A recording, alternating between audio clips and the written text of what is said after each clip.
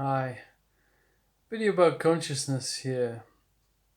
So, I've done a few videos about consciousness, but I feel that I've honed down my thoughts a little bit better since the last one, so I thought it was worth putting a video together about what I'm thinking, what my view is on consciousness right now. So, let me run through what I think is possible, well, to be true in terms of explanations for consciousness. So, I think there's like a one third chance that physicalism is true. So that means we live in a physical world, like the scientists talk about with the Big Bang and everything leading up to our evolution on Earth. And then, under this theory, consciousness is doesn't really amount to much, to be honest. It's somehow all physical and it's a little bit hard to understand what it is, but it's basically doesn't amount to too much. No, it's not a major feature of reality, really. I guess it is for us, but not a major part of the system. So, as I said, that will be, I'd say there's a one third chance of that.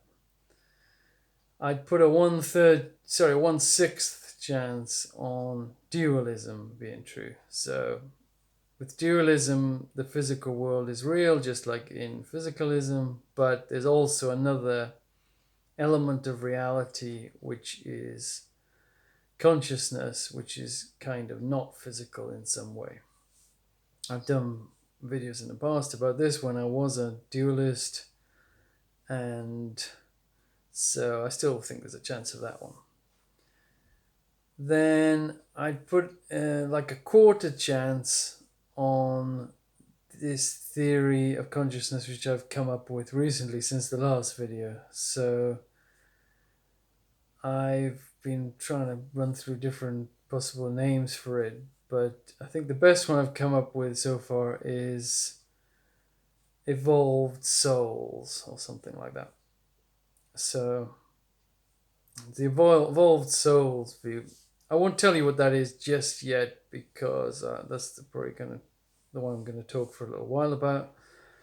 The last quarter chance I would assign to other non-physicalist theories. So in these theories and in the one I just mentioned of my own, there is no physical world. It's all mental, as they say. It's all just consciousness. Is the probably way I'd rather phrase it.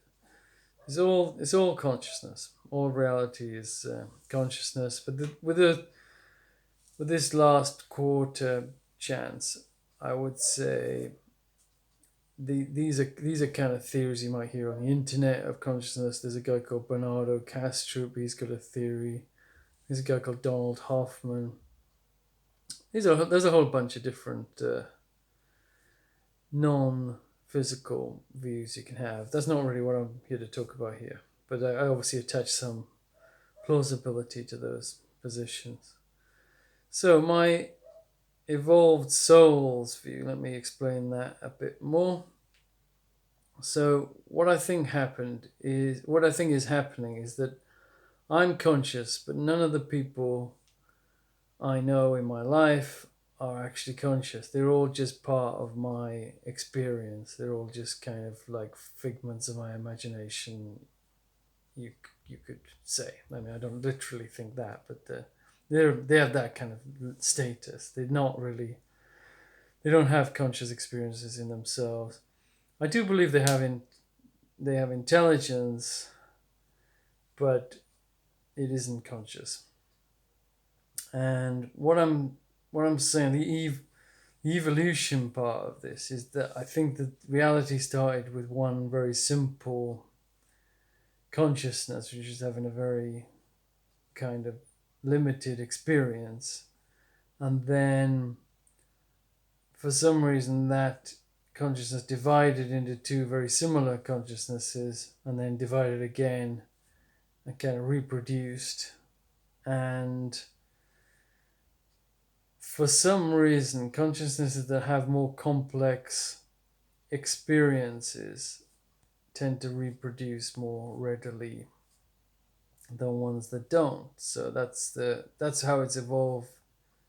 These consciousnesses have evolved to more complicated consciousnesses like we have today, which in my consciousness, which is having this huge phony physical experience, which gives my life huge like complexity. And as I said, for some reason that kind of consciousness with that kind of experience, I'm saying, reproduces more frequently or something, and that's why the typical experience now is the only experience that I know of, which is of a complicated, fake physical kind of world. I don't think all consciousnesses are necessarily having fake physical experiences. There might be other ways to have complex experiences. Maybe most of them are not, but based on the one I know, it seems like the most likely is that it's a common thing to have this fake physical experience. I mean, it could be that most experiences in reality now are pretty much me, my life, living this kind of life in Britain or whatever. Who knows? But that's anyway. That's my theory. A few words in like justification. Why have this? Why do I think this wacky theory is like more likely, or sorry, not quite as likely, but almost as likely as just a physicalist thing, which is believed by huge numbers of people. The reason is I think that physicalism has this problem, which I have talked about in other videos, but I think I've honed it down a bit in my mind now, a bit better, which is that physicalism basically faces rather a fork, a kind of dilemma, that both options are quite bad. So the dilemma for physicalism, I think, is that it can either claim that conscious experiences are just physical patterns in the brain, or are reducible, as they say, to the physical, or it's caused by physical things.